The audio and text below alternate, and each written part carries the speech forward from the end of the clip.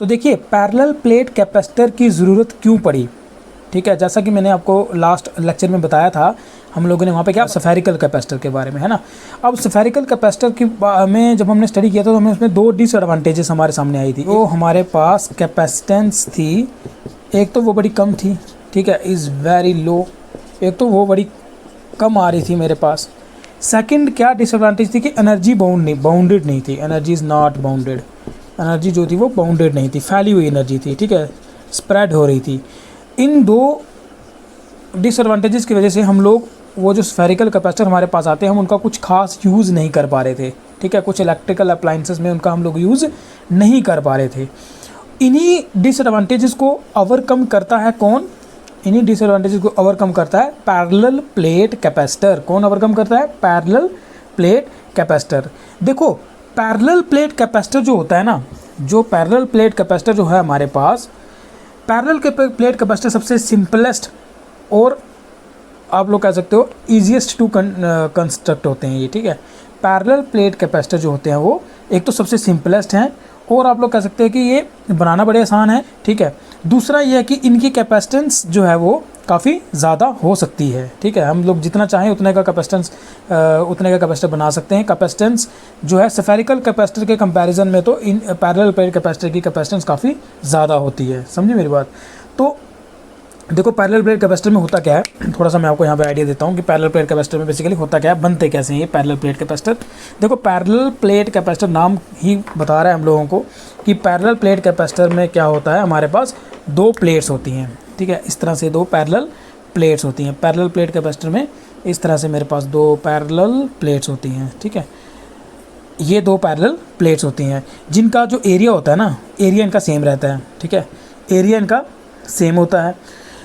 In parallel plates पे opposite charge जो है ना, इक्वल एंड अपोजिट चार्ज जो है वो डिस्ट्रीब्यूट किया होता है। अगर इस पे प्लस क्यू चार्ज है तो इस पे हम लोगों ने क्या किया होता है, माइनस क्यू चार्ज जो है वो डिस्ट्रीब्यूट किया होता है, समझिए मेरी बात। पैरेलल प्लेट कैपेसिटर में क्या होता है, दो प्लेट्स होती हैं, पैरेलल होती हैं, उन दोनों का एरिया सेम रहता है, equal and opposite charge in पे हमने डिस्ट्रीब्यूट किया होता है। आगे जाके हम लोग स्टडी करेंगे कि अगर इक्वल और अपोजिट चार्ज ना हो, ठीक है, अगर इस पर कुछ और क्वांटिटी हो चार्ज की, इस पर कुछ और क्वांटिटी हो चार्ज की, तब क्या होता है उसको हम लोग आगे जाके डील करने वाले हैं। लेकिन फिलहाल जो इसकी बेसिक डेफिनेशन है वो यही है कि एक पैरेलल प्लेट कैपेसिटर में दो प्लेट्स होनी चाहिए जिनका एरिया इक्वल होना चाहिए, उन पे equal and opposite charge distribute होना चाहिए और इनके बीच का जो ये डिस्टेंस है ना, इन दो प्लेट्स के बीच का जो डिस्टेंस होता है, ठीक है, ये दो प्लेट्स के बीच का जो डिस्टेंस है, ये डिस्टेंस एक कंडीशन है, ये डिस्टेंस जो है वो इस एरिया के कंपैरिजन बहुत कम होना चाहिए। ये कंडीशन है क्या कि ये जो डिस्टेंस बिटवीन द प्लेट्स है ना, ये बहुत ही कम होना चाहिए as compare to the area of the plate. ये जो एरिया है प्लेट का, इस एरिया के कंपैरिजन में जो डिस्टेंस है बिटवीन दीज टू प्लेट्स, ये डिस्टेंस बहुत ही कम होना चाहिए, ठीक है। ये बेसिक आप लोग कह सकते हो रिक्वायरमेंट्स हैं एक पैरेलल प्लेट कैपेसिटर को बनाने की। आई मेरी बात समझ में। एक पैरेलल प्लेट कैपेसिटर बनाने के लिए क्या करना है, देखिए यहाँ पर सिंपल सी बात है, क्या करना है हम लोगों को, हमारे पास दो पैरेलल प्लेट्स होने चाहिए जिनका एरिया सेम होना चाहिए, ठीक है, उन पे equal and opposite charge distribute होना चाहिए, इन दो प्लेट्स के बीच में कुछ डिस्टेंस होना चाहिए और वो डिस्टेंस जो है वो एरिया के कंपैरिजन बड़ा कम होना चाहिए, ठीक है। तो ये होता है हमारे पास क्या, पैरेलल प्लेट कैपेसिटर। क्या होता है ये, पैरेलल प्लेट कैपेसिटर। देखो ये जो पैरेलल प्लेट कैपेसिटर है, जैसा कि मैंने आपको पिछले लेक्चर में भी बताया था, इनका काफ़ी ज़्यादा यूज़ होता है ना, रेडियो सेट्स में, टेलीविज़न्स में, कोई और भी जो कंप्यूटर्स में आप लोग कह सकते हो, कंप्यूटर्स में मोटर जब हम चलाते हैं वहाँ पे भी कैपेसिटर का यूज़ किया जाता है, कूलर्स में, तो ढेर सारे ऐसे इलेक्ट्रिकल अप्लाइंसेस हैं यहाँ पर कैपेसिटर का जो है यूज़ होता है, ठीक है। और देखो पैरेलल प्लेट कैपेसिटर, जैसा हमने पिछली बार क्या पढ़ा था, स्फेरिकल कैपेसिटर पढ़ा था, अभी हम लोग क्या पढ़ रहे हैं, हम लोग पैरेलल प्लेट कैपेसिटर पढ़ रहे हैं। तो इस तरह से आगे जाके अगर स्टडी करेंगे तो आपको सिलिंड्रिकल कैपेसिटर भी देखने को मिल सकते हैं। तो अलग अलग तरह के कैपेसिटर होते हैं, लेकिन सबसे ज़्यादा इंपॉर्टेंट वो जो यूज़ में लाए जाते हैं वो कौन से होते हैं, वो पैरेलल प्लेट कैपेसिटर सबसे ज़्यादा इंपॉर्टेंट होते हैं, ठीक है। अच्छा, पैरेलल प्लेट कैपेसिटर का जो सिंबल होता है, कैसे इसको डेजिग्नेट किया जाता है, मैं तो यहाँ फिजिक्स में इस तरह से इसको डेजिग्नेट किया जाता है, ये होता है पैरेलल प्लेट कैपेसिटर का सिंबल, ठीक है, ये होता है पैरेलल प्लेट कैपेसिटर का सिंबल। और अगर मेरे पास ऐसा कैपेसिटर हो जिसकी कैपेसिटेंस वेरी करती हो, ठीक है, जैसा कि मैंने आपको बताया पैरेलल प्लेट कैपेसिटर में हम लोग क्या कर सकते हैं, कैपेसिटेंस को बदल भी सकते हैं, ठीक है। अगर किसी कैपेसिटर की कैपेसिटेंस सपोज करो अगर 2 माइक्रोफैरड है तो मैं उसको 3 माइक्रोफैरड 4 माइक्रोफैरड भी लेके जा सकता हूँ, यानी कि मैं उसकी कैपेसिटेंस को बढ़ा भी सकता हूँ। तो अगर कैपेसिटेंस वैरी कर रही हो किसी कैपेसिटर में, तो तब उसका सिंबल कैसा रहता है, अगर कैपेसिटेंस चेंज हो रही हो ना, तब उसका सिंबल हम लोग ऐसे करके लिखते हैं, ठीक है। ये आ गया ऐसा कैपेसिटर जिसकी कैपेसिटेंस फिक्स है, जितनी है उतनी ही है, ठीक है। अगर 2 माइक्रोफैरड है तो 2 माइक्रोफैरड ही रहेगी, ठीक है, चाहे आप इसको किसी भी कंडीशन में इसको यूज़ करो।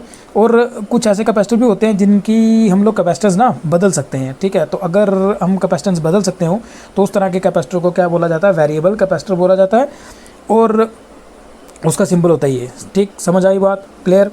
अब देखो कैपेसिटर को चार्ज किया जाता है, ठीक है। अब देखो ऐसे प्लस क्यू आया, माइनस क्यू आया, तो अब ये अपने आप थोड़ी आया होगा, अब किसी ना किसी तरीके से इनको लाया गया होगा इसको।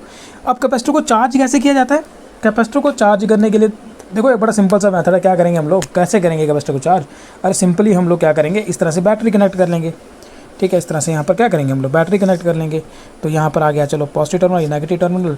तो अगर हम लोग यहाँ पर एक बैटरी कनेक्ट कर लेते हैं तब क्या होगा, देखो यहाँ से क्या होंगे, सपोज करो यहाँ पे कुछ 3 इलेक्ट्रॉन्स है, तो ये 3 इलेक्ट्रॉन्स यहाँ से, ये पॉजिटिव टर्मिनल है बैटरी का, यहाँ से अट्रैक्ट होकर यहाँ से इस वायर से होते हुए इस तरह से यहाँ पर आएंगे। बैटरी क्या करती है, एनर्जी सप्लाई करती है ना।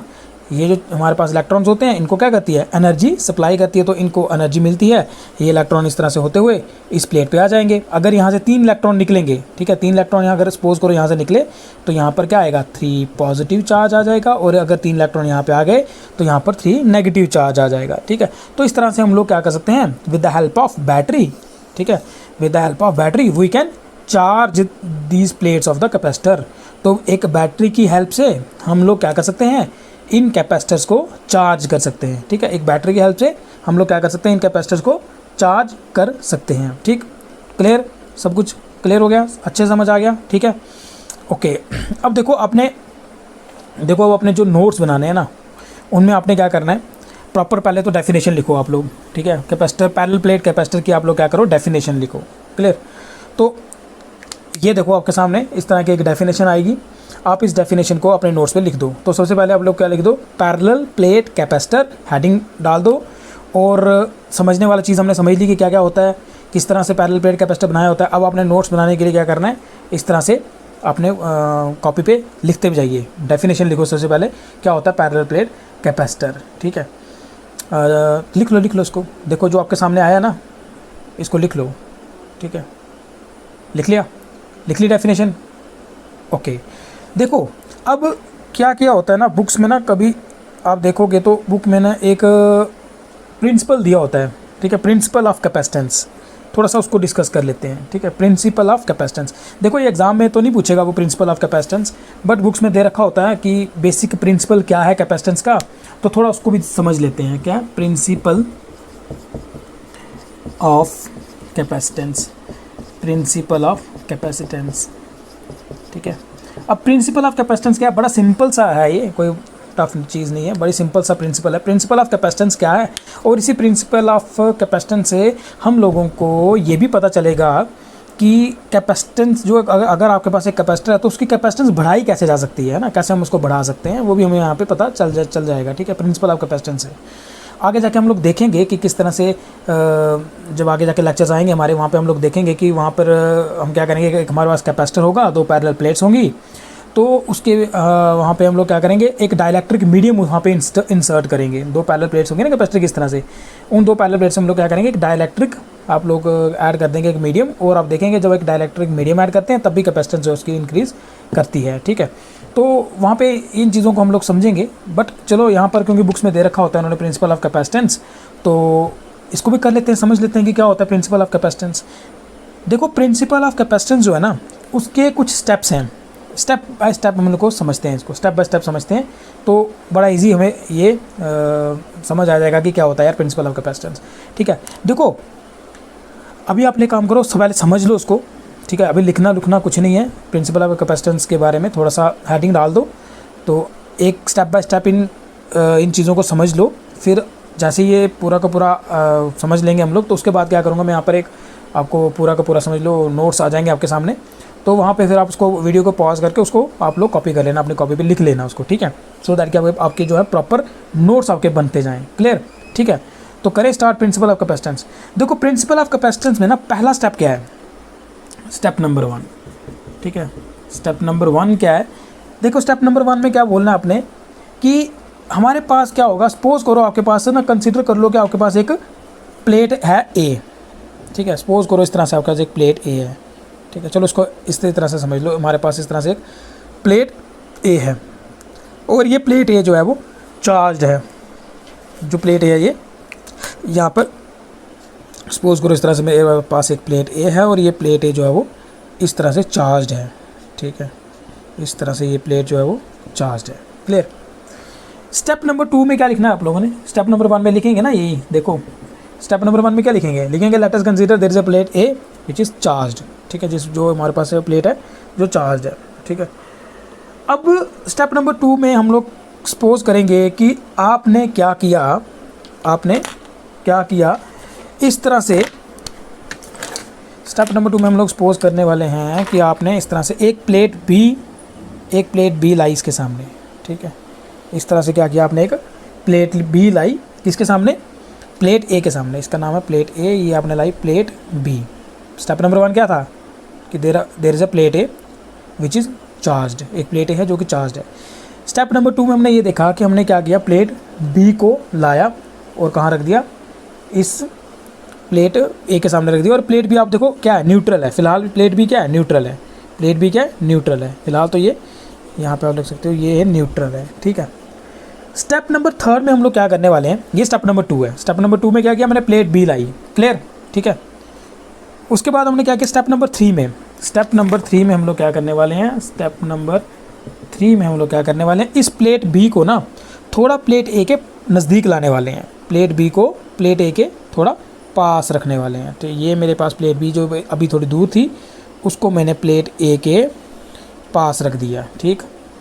मतलब यहाँ पे प्रिंसिपल ऑफ कैपेसिटेंस हम लोग ये समझेंगे कि एक पैरेलल प्लेट कैपेसिटर को किस तरह से बनाया जाता है, कैसे उस पर चार्ज आता है, कैसे इक्वल एंड अपोजिट चार्ज वहाँ पे डेवलप होता है, ठीक है। यहाँ पे ये भी हम लोग समझने वाले हैं।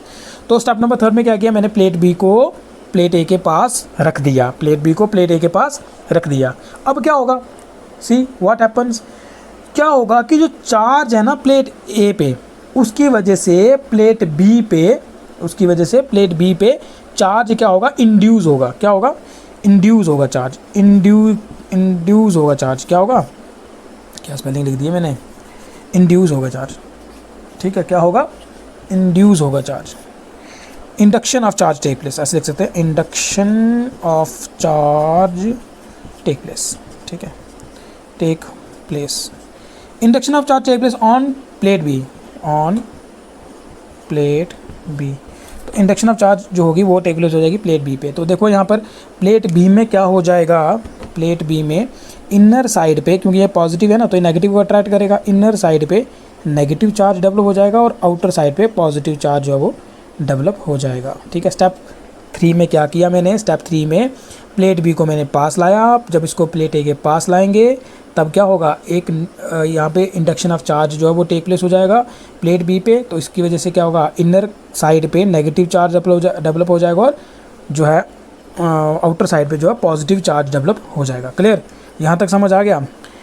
अब देखो इसी स्टेप 3 में ना हम लोग एक चीज़ और करने वाले हैं। हम लोग क्या करने वाले हैं, इस प्लेट बी को ना ग्राउंड करने वाले हैं, ठीक है। इस तरह से इसको मैंने ग्राउंडिंग कर दी, इसकी अर्थ कर दिया इसको। अब क्या हुआ, जब इसको ने अर्थ कर दिया तो क्या हुआ, ये जितना भी पॉजिटिव चार्ज है ना, ये जितना भी पॉजिटिव चार्ज है, ठीक है, अर्थ का पोटेंशियल हम लोग क्या कंसिडर करते हैं, 0। तो ये जितना भी पॉजिटिव चार्ज है ये यहाँ से होता हुआ कहाँ पे चला जाएगा, अर्थ में चला जाएगा। समझे मेरी बात। हमने क्या किया स्टेप 3 में, अब हमने क्या किया, हमने यहाँ पर इसको अर्थ कर दिया। जब हमने इसको अर्थ कर दिया तो यहाँ पर जितना भी पॉजिटिव चार्ज है वो सारा का सारा कहाँ चला जाएगा, वो चला जाएगा अर्थ में, क्योंकि अर्थ का पोटेंशियल हम लोग कंसिडर करते हैं 0 है। तो हाई पोटेंशियल से लो पोटेंशियल चार्ज फ्लो करता है, तो इसीलिए सारा का सारा चार्ज जो कि प्लेट बी पे था वो यहाँ से गायब हो जाएगा। क्या हो जाएगा, गायब हो जाएगा, ठीक है। यहाँ से सारा का सारा पोटेंशियल जो है वो, ये चार्ज जो है वो अर्थ में चला गया। अब मुझे एक बात बताइए आप लोग, स्टेप 4 यहाँ पर हम लोग पढ़ते हैं, स्टेप नंबर 4।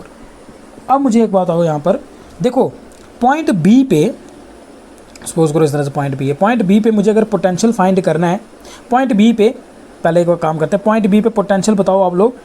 जब स्टेप 2 में जब ये सपोज करो यार, इस तरह से सपोज कर लो, यहाँ पे ये प्लेट थी ही नहीं, जब ये प्लेट नहीं थी, ठीक है। सपोज करो यहाँ पे प्लेट नहीं है।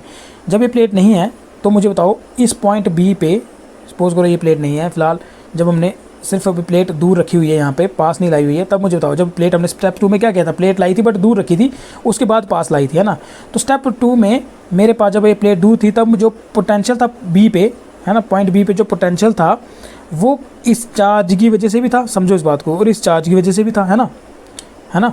अब जब हम लोगों ने यहाँ पे प्लेट बी लाई और उसको जब अर्थ भी कर दिया, उसके बाद यहाँ पे क्या हुआ, अब जो बी पॉइंट पे जो पोटेंशियल होना है, ये पॉइंट है समझने वाला, जो बी पॉइंट पे पोटेंशियल होना है वो देखो यहाँ पर, वो सिर्फ इसी चार्ज की वजह से होगा। ये जो चार्ज है ना, ये चार्ज इसकी वजह से होने वाला है, इसकी वजह से होने वाला है, क्योंकि ये चार्ज इस नेगेटिव की वजह से क्या हो जाएगा, ये पॉजिटिव चार्ज इस नेगेटिव वजह से न्यूट्रल हो रहा है, तो फिर इस पे जो पोटेंशियल है वो सिर्फ इसी चार्ज की वजह से होने वाला है ना। क्लियर। इसका मतलब अब थोड़ा सा पोटेंशियल इस पूरे सिस्टम का जब बात करता हूँ मैं, जब पूरे सिस्टम की जो बात करता हूँ, तो मैं ये कह सकता हूँ कि थोड़ा सा पोटेंशियल जो है डिक्रीज़ हो गया।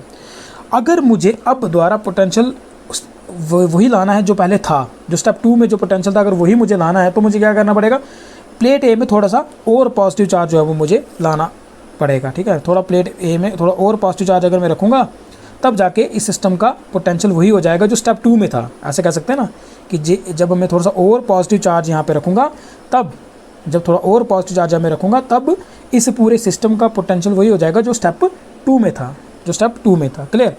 तो ये जो मेरे पास, ठीक है, ये जो मेरे पास सिस्टम डेवलप होता है ना, ये जो मेरे पास सिस्टम डेवलप होता है, ठीक है, ये जो मेरे पास सिस्टम डेवलप होता है, इसी को कहते हैं कैपेसिटर। क्या कहते हैं इसको, कैपेसिटर, ठीक है, इसी को क्या कहते हैं, कैपेसिटर कहते हैं।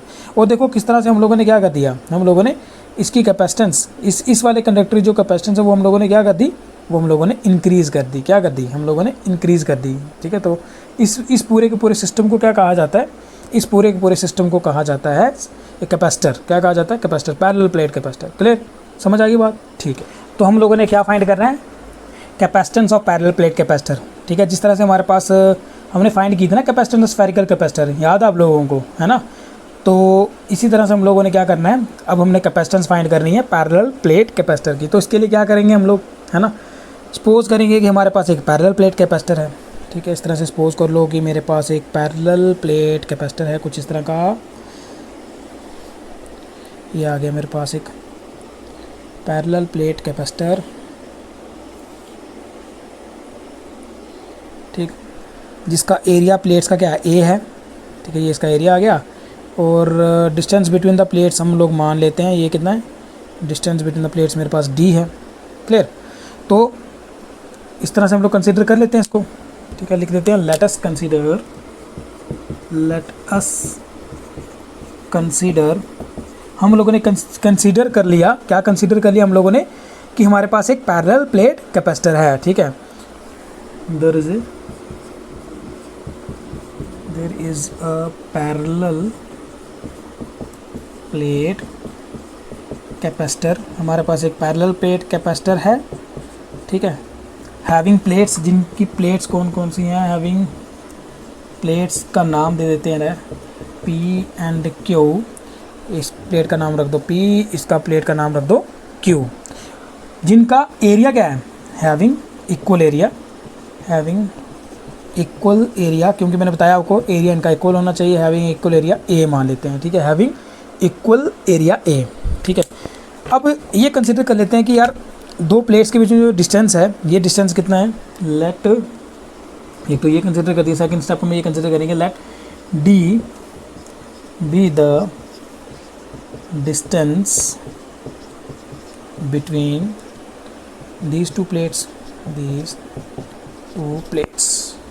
ठीक है। तो क्या आ गया, डी आ गया डिस्टेंस इन दोनों प्लेट्स के बीच में। क्लियर, ठीक है, समझ आ गया यहाँ तक। सपोज कर लेते हैं कि प्लेट पी जो है ना, प्लेट पी पे जो चार्ज है मान लो वो क्यू है, और प्लेट, अच्छा यार एक ऐसे नाम आ गया ना फिर यहाँ पर, चलो ऐसे कर देते हैं, स्मॉल क्यू के साथ लिख देते हैं। सपोज करो प्लेट पी पे क्यू चार्ज है और प्लेट कैपिटल क्यू पे माइनस क्यू चार्ज है, ठीक है।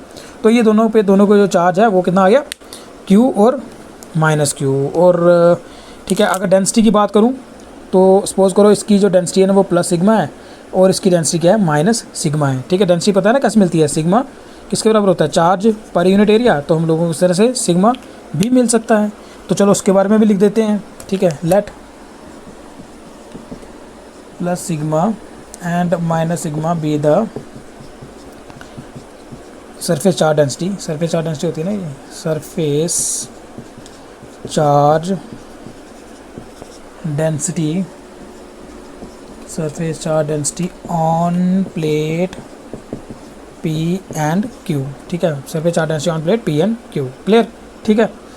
ओके, अब मुझे एक बात बताओ आप लोग, अगर इस पे चार्ज प्लस Q है, इस पे चार्ज माइनस Q है, ठीक, और फिर क्या होगा, ठीक है। कुछ इस तरह की सिचुएशन बन रही है ना हमारे पास, सपोज करो इस तरह से चार्ज है, इस तरह से चार्ज है।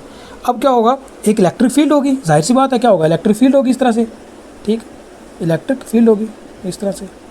अब देखो ये जो पैरेलल प्लेट कैपेसिटर होता है ना, एक तो हम लोग इसकी कैपेसिटेंस बढ़ा सकते हैं, ज़्यादा होती है इसकी हमारे पास कैपेसिटेंस। दूसरा देखो मैंने वहाँ पे एक स्फेरिकल कैपेसिटर की डिसएडवांटेज क्या थी कि एनर्जी क्या थी, एनर्जी वहाँ पे बाउंड नहीं थी, है ना। स्फेरिकल कैपेसिटर में इस तरह से हर तरफ एनर्जी जो है वो आप लोग कह सकते हो क्या कर रही थी, लिबरेट कर रही थी।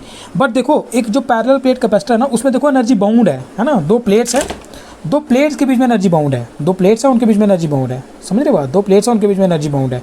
फैली हुई एनर्जी नहीं है, बाउंडेड एनर्जी है, फैली हुई एनर्जी नहीं है, बाउंडेड एनर्जी है, ठीक है, बाउंडेड एनर्जी है। और इसी बाउंडेड एनर्जी की वजह से ही पैरेलल प्लेट कैपेसिटर का इतना ज़्यादा यूज़ हो सकता है, क्योंकि अगर एनर्जी बंधी हुई होगी तो हम लोग क्या कर सकते हैं, उसको बड़ा अच्छे से यूज़ कर सकते हैं उसका, है ना। बंधी हुई एनर्जी होगी, जब हम उसका यूज़ करेंगे तो एकदम से सारी की सारी एनर्जी लिबरेट करेगी, तो हम लोगों को उसका फ़ायदा होगा। और स्फेरिकल कैपेसिटर में एनर्जी पहले से ही क्या हो रही है, डिस्ट्रीब्यूट हो रही है, पहले से अनबाउंडेड है, तो उसका फिर यूज़ क्या हो पाएगा, यूज़ कुछ हो नहीं पाएगा, ठीक है ना। तो इसीलिए पैरेलल प्लेट कैपेसिटर जो है वो ज़्यादा इंपॉर्टेंट इसीलिए है। एक तो इसकी इन पैरेलल प्लेट कैपेसिटर की जो कैपेसिटेंस होती है वो ज़्यादा रहती है, और दूसरी बात यहाँ पर ये है कि जो एनर्जी होती है वो बाउंडेड होती है, एनर्जी जो होती है वो बाउंडेड होती है, ठीक, समझ आ गया यहाँ तक, क्लियर हो गया ये कंसेप्ट। अब मुझे बताओ एक चीज़, हम लोग यहाँ पर ये भी सपोज करते हैं कि ये जो हमारे पास जो प्लेट्स होती है ना, पैरेलल प्लेट कैपेसिटर में जो प्लेट्स होती हैं ये इन्फानाइट लॉन्ग होती हैं, हम लोग ऐसे कहते हैं। अच्छा, अगर ये इन्फानाइट डायमेंशन की अगर मेरे पास प्लेट है, तो हम लोगों ने, याद है आपको गास लॉ में पढ़ा था ना, याद है गास लॉ की एक एप्लीकेशन थी, वहाँ पढ़ा था हम लोगों ने। इस तरह से मेरे पास जब दो प्लेट्स थी, इन्फानाइटली लॉन्ग प्लेट जो प्लेट्स थी मेरे पास, याद है। और मैंने यहाँ पे क्या था, बिटवीन द टू प्लेट्स मैंने इलेक्ट्रिक फील्ड इंटेंसिटी की वैल्यू फाइंड की थी, कुछ याद आया। गास लॉ में हम लोगों ने एक एप्लीकेशन पढ़ी हुई है, उस एप्लीकेशन में हम लोगों ने फाइंड की थी electric field intensity between these two plates, electric field intensity between these two plates हम लोगों ने वहाँ पे फाइंड की हुई है। और आपको याद होगा ये electric field intensity between these two plates क्या आई थी, याद है कि भूल गए हो, याद है ना, ये थी E equal to sigma upon epsilon not. क्या आया था, E equal to sigma upon epsilon not आया था, याद है ना अच्छे से, E equal to sigma upon epsilon not. दो प्लेट्स थी, उन दो प्लेट्स के बीच में अगर आपको इलेक्ट्रिक फील्ड इंटेंसिटी की वैल्यू फाइंड करनी है तो हम लोग with the help of Gauss law हम लोग फाइंड कर सकते थे, और हम लोगों ने वो फाइंड की थी। वो हमारे पास क्या आई थी, E equal to sigma upon epsilon. क्या ऐसी कंडीशन यहाँ पे नहीं है, बिल्कुल वही कंडीशन यहाँ पे भी अप्लाई हो सकती है। तो अगर मुझे यहाँ पर देखो इलेक्ट्रिक लाइन्स ऑफ फोर्स यहाँ से यहाँ जा रही है ना, अब मुझे अगर सपोज करो यहाँ पर अगर मुझे इलेक्ट्रिक फील्ड इंटेंसिटी की वैल्यू फाइंड करनी है तो क्या आएगी, E equal to sigma upon epsilon not. और देखो ये वैल्यू क्या रहती है, कांस्टेंट रहती है। इसको इन दो प्लेट्स के बीच में इसको कहीं भी फाइंड करो, यहाँ कहीं भी फाइंड करो, हर जगह E equal to sigma upon epsilon हमारे पास आ जाएगा, क्लियर, ठीक है। तो हम लोग यहाँ पे क्या कह सकते हैं, हम लोग यहाँ पर कह सकते हैं कि द इलेक्ट्रिक फील्ड अच्छा एक काम करो, ऐसे लिखो इसको, now the electric field intensity between these two parallel plates is कैसे मिलेगी, क्या होती है उसकी वैल्यू, शाबाश बताओ क्या आएगी, अभी बताइए यार मैंने, E equal to sigma upon epsilon not. क्या आएगी, E equal to sigma upon epsilon not, clear. यहाँ तक समझ आ गया ना, यहाँ तक तो कोई प्रॉब्लम नहीं है ना, यहाँ तक समझ आ गया, ठीक है। एक काम करो, इसको लिख लो, ठीक है, वीडियो को पॉज करो और इसको लिख लो, प्रॉपर आपके नोट्स जो है वो बनते जाएंगे, ठीक है। लिख लिया, मिटा दूँ, आगे करते हैं फिर। ओके, तो देखो अगर इन दो प्लेट्स के बीच में जो है इलेक्ट्रिक फील्ड इंटेंसिटी अगर सिग्मा अपॉन एप्सिलॉन नॉट है, अगर ये इलेक्ट्रिक फील्ड इंटेंसिटी क्या है, सिग्मा अपॉन एप्सिलॉन नॉट है, तो जो पोटेंशियल होगा बिटवीन इन दोनों प्लेट्स के बीच में, जो पोटेंशियल होगा, पोटेंशियल का डिफरेंस होगा ना, क्योंकि यहाँ पे पॉजिटिव चार्ज है, यहाँ पे नेगेटिव चार्ज है, so there should be a potential difference between these two plates. तब इनके बीच में जो पोटेंशियल डिफरेंस होगा वो क्या आएगा, therefore the potential difference between these two plates, between these two plates will be, ठीक है। बताओ पोटेंशियल डिफरेंस किसके बराबर आएगा, याद है V equal to E into D, याद है ना formula, V equal to E into D. तो फिर क्या आ जाएगा, जैसा कि हमें पता है E की वैल्यू में पता है ना क्या है, सिग्मा पॉन एप्सिलॉन, तो लिखूँ sigma upon epsilon naught D, ठीक है। V किसका आ जाएगा, यहाँ पे लिख लो, because E is equal to sigma upon epsilon naught, ठीक, क्लियर, यहाँ तक समझ आ गया। अगेन हमें पता है यार सिग्मा की वैल्यू तो पता है हम लोगों को, सिग्मा की वैल्यू क्या है, एज वी नो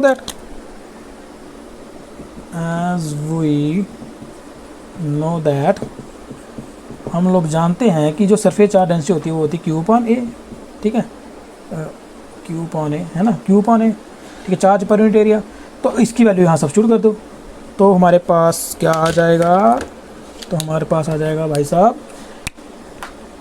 इसको ऐसे डाल दो, equation number 1 substitute second in 1, then we will get V is equal to, क्या आ जाएगा, V इज इक्वल टू, इसकी वैल्यू डालूंगा ना, क्या आएगा Q, है ना, Q पॉन ए लिखेंगे ना इसकी जगह, तो जाएगा Q D A epsilon not, ये आएगा ना Q D A epsilon naught, ठीक है, क्लियर। ये आ गया मेरे पास, V की वैल्यू आ गई Q D A upon epsilon not, Q D A upon epsilon not. But हमें क्या फाइंड करना है, हम लोग ये क्वेश्चन किस लिए कर रहे हैं, हमें क्या फाइंड करना है, हमें फाइंड करना है कैपेसिटेंस। नो, कैपेसिटेंस का फार्मूला क्या होता है, याद है, no as we know that हमें पता है कि C किसके बराबर होता है, C किसके बराबर होता है, याद है, C होता है Q बाय V। तो देखो यहाँ पर Q कितना है हमारे पास, यहाँ पे स्मॉल Q लिया हुआ है, V की वैल्यू क्या हुई है, वो आई हुई है Q D divide by A epsilon naught, ठीक। तो फाइनली हमारे पास आ जाएगा, ये Q और Q कैंसिल हो जाएगा ना, तो C की वैल्यू क्या आ जाएगी, C की वैल्यू आ जाएगी मेरे पास epsilon not A divide by D, epsilon not A divide by D। तो ये होती है कैपेसिटेंस, कैपेसिटेंस किसकी, पैरेलल प्लेट कैपेसिटर की। This is the capacitance of parallel plate capacitor. अब मुझे बताओ पैरेलल प्लेट कैपेसिटर जो आया मेरे पास, इसकी कैपेसिटेंस जो है ना वो किस पे डिपेंड कर रही है, बताओ, इसकी जो कैपेसिटेंस है वो किस पे डिपेंड कर रही है, एक तो एरिया पे, ठीक है, एक तो डिस्टेंस बिटवीन द प्लेट्स पे, और दूसरा नेचर ऑफ द मीडियम, यहाँ पे मीडियम कैसा रखा हो मैंने, ठीक है, एयर रखी है, वैक्यूम है, क्या चीज़ है, ठीक है, उस पर डिपेंड कर रहा है, ठीक है, मिटा दूँ उसको, ओके। तो चलो थोड़ी सी इस पर और बातचीत हम लोग कर लेते हैं। इसी जो हमारे पास जो लास्ट में फार्मूला आया, तो हमारे पास लास्ट में फार्मूला आ गया C is equal to epsilon not A divide by D। अब मुझे बताओ कि ये जो फार्मूला आया मेरे पास, इससे हमें क्या पता चलता है कि जो C है, जो कैपेसिटेंस है, वो क्या है, वो डायरेक्टली प्रोपोर्शनल है एरिया के, इनवर्सली प्रोपोर्शनल है distance between the two plates पे। यहाँ पे आप लिख सकते हो capacitance is directly proportional to the area of the plate, area of the plate पे डायरेक्टली प्रोपोर्शनल है। सेकेंड बात ये लिखता है कि कैपेसिटेंस, यहाँ से देखने को मिल रही है, capacitance is inversely proportional to distance between the plates, inversely proportional to the distance between the plates. तो यानी कि मैं कैपेसिटेंस को बदल सकता हूँ, डिस्टेंस आप कम करते जाइए, कैपेसिटेंस उसकी इंक्रीज़ करती जाएगी, डिस्टेंस कम करते जाइए, कैपेसिटेंस इंक्रीज़ करती जाइए, ठीक है, एरिया बढ़ाते जाइए, कैपेसिटेंस बढ़ती जाएगी, एरिया कम करते जाइए, कैपेसिटेंस कम होती जाएगी। तो देखो यहाँ पे कैपेसिटेंस इन दोनों चीज़ों पे डिपेंड कर रही है, और डिपेंड करती है किस पे, एप्सिलॉन नॉट पे भी, नेचर ऑफ द मीडियम पे भी, है ना, डिपेंड करती है। यहाँ पे आप लिख सकते हो capacitance also depend upon nature of the medium, ठीक है, नेचर ऑफ मीडियम, कैपेसिटेंस जो है नेचर ऑफ द मीडियम पे भी डिपेंड कर रही है, दैट इज एप्सिलॉन नॉट, है ना। अब देखो अगर, ठीक है, यहाँ तक समझ आ गया, क्लियर, लिख दिया। अच्छा बता दूँ, अच्छा अगर मुझे बताओ ये जो प्लेट्स है ना, इन प्लेट्स के बीच में अगर कोई मीडियम होता, कोई डाइलेक्ट्रिक मीडियम होता, और अगर वो डाइलेक्ट्रिक मीडियम होता तो कुछ डाइलेक्ट्रिक कांस्टेंट भी होता उसका, है ना। सपोज करो अगर इन दो प्लेट्स के बीच में, ठीक है, इन दो प्लेट्स के बीच में अगर कोई डाइलेक्ट्रिक मीडियम होता जिसका डाइलेक्ट्रिक कांस्टेंट K था, तब हमारे पास कैपेसिटेंस का फार्मूला क्या आता है, ठीक है। अगर यहाँ ऐसे कह सकते हो, in presence of dielectric medium, अगर मेरे पास मीडियम होता तो तब मेरे पास कैपेसिटेंस का फॉर्मूला क्या आता, C इज इक्वल टू क्या आ जाता, एप्सिलॉन नॉट की जगह पे क्या आता है, याद है आपको, एप्सिलॉन नॉट किसके बराबर था, एप्सिलॉन नॉट इंटू के था ना, तो यहाँ पे क्या आ जाएगा, एप्सिलॉन नॉट के ए डिवाइड बाई डी। ठीक, तो यानी कि जो मेरे पास यहाँ पे मैं ये भी कह सकता हूँ कि कैपेसिटेंस जो वो डायरेक्टली प्रोपोर्शनल होती है, ठीक, इसके डाइलेक्ट्रिक कांस्टेंट के भी, ठीक है, कैपेसिटेंस जो डायरेक्टली प्रोपोर्शनल होती है डाइलेक्ट्रिक कांस्टेंट के भी। तो जितना ज़्यादा डाइलेक्ट्रिक मीडियम डालेंगे, जितना ज़्यादा उसका डाइलेक्ट्रिक कांस्टेंट होगा, उसके हिसाब से उसकी कैपेसिटेंस जो है वो बढ़ती जाएगी। ठीक है, यहाँ पे आप अगर लिखना चाहते हो तो लिख भी सकते हो। ठीक है, from above it is clear that capacitance is directly proportional to, लिख लो, इट इज़, यहाँ capacitance is directly proportional to the presence of dielectric, यहाँ लिख दो, डाइलेक्ट्रिक कांस्टेंट ऑफ मीडियम। ठीक है, directly proportional dielectric constant of medium के between the plates. ठीक है, समझ आ गया, क्लियर हो गया यहाँ तक। ये फार्मूला बहुत इंपॉर्टेंट, काफ़ी न्यूमेरिकल्स इससे सॉल्व होते हैं, तो याद रखना है हमेशा। पैरेलल प्लेट कैपेसिटर की कैपेसिटेंस किसके बराबर होती है, epsilon not a divide by D. ठीक है, याद रखना, कैपेसिटेंस का फार्मूला क्या लिखते हैं हम लोग, C is equal to Q divide by V भी लिखते हैं ना। इसका मतलब ये नहीं होता है कि ये डायरेक्टली प्रोपोर्शनल क्यू है और ये इन्वर्सली प्रोपोर्शनल टू वी है, याद रखो मेरी बात। ठीक है, कैपेसिटेंस मैंने तुम्हें बताया, it is independent of Q and V, it is depend upon the dimensions of the capacitor. तो यहाँ पे डायमेंशंस क्या है कैपेसिटर की, है ना, ए पे डिपेंड कर रहा है, बिटवीन द प्लेट्स में डिस्टेंस क्या है उस पर डिपेंड कर रहा है, मीडियम पे डिपेंड कर रहा है। ठीक है, तो ये होता है हमारे पास इसका फार्मूला। क्लियर, यहाँ तक समझ आ गया। ठीक है, कंसेप्ट क्लियर हो गया। ठीक है, ओके, तो अब हम लोग नेक्स्ट लेक्चर में स्टडी करने वाले हैं, अगले लेक्चर में हम लोग पढ़ने वाले हैं energy of parallel plate capacitor. जिस तरह से हम लोगों ने क्या किया था, स्फेरिकल कैपेसिटर पढ़ा था ना क्या होता है, उसके बाद हम लोगों ने क्या ड्राइव किया था, एनर्जी ड्राइव की थी। और याद है वहाँ पे जो हमारे पास एक्सप्रेशन आई थी, ठीक है, एक मैंने वहाँ पे बताया था कि जनरल एक्सप्रेशन आई थी, और मैंने कहा था कि ये जनरल एक्सप्रेशन जो है हर एक कैपेसिटर में सेम ही आती है ना, ये चाहे पैरेलल प्लेट कैपेसिटर हो, है ना, याद है आपको, थोड़ा थोड़ा याद होगा, U is equal to 1/2 CV square आया था ना वहाँ पे भी पैरेलल प्लेट स्फेरिकल कैपेसिटर के केस में भी, है ना। तो जैसे स्फेरिकल कैपेसिटर में हमारे पास ये लास्ट में ये फार्मूला ड्राइव हुआ था ना, इसी तरह से जब पैरेलल प्लेट कैपेसिटर की जब हम कैपेसिटर एनर्जी निकालेंगे ना, वहाँ पे भी इसी तरह का फार्मूला, यही फार्मूला ड्राइव होने वाला है। ठीक है, बस फ़र्क ये होगा कि यार वहाँ पे C जो है ना वहाँ पर हम ये जो कैपेसिटेंस है, C की वैल्यू हम लोग अगर स्फेरिकल कैपेसिटर होगा तो हम लोग क्या लिखते हैं, C की वैल्यू वहाँ पे क्या आती है, 4 पाई एप्सिलॉन r आती है ना। तो ये सब्स्टिट्यूट करेंगे तो क्या आ जाएगा, एनर्जी ऑफ स्फेरिकल कैपेसिटर आ जाएगी। और अगर C की वैल्यू ये वाली डालेंगे तो क्या आ जाएगा, energy of parallel plate capacitor आ जाएगा, है ना। लेकिन चलो ऐसे करके ड्राइव करके भी देख लेंगे कि अगर मैं पैरेलल प्लेट कैपेसिटर लूँ तब मेरे पास ये एक्सप्रेशन कैसे ड्राइव होती है। ठीक है, अगर मैं पैरेलल प्लेट कैपेसिटर लूँ तब ये वाली एक्सप्रेशन कैसे आती है, इसको हम लोग यहाँ पे देखेंगे अगले लेक्चर में। क्लियर, ठीक है, समझ आ गया। ठीक है, फिर हंसते रहिए, मुस्कुराते रहिए और फिजिक्स पढ़ते रहिए।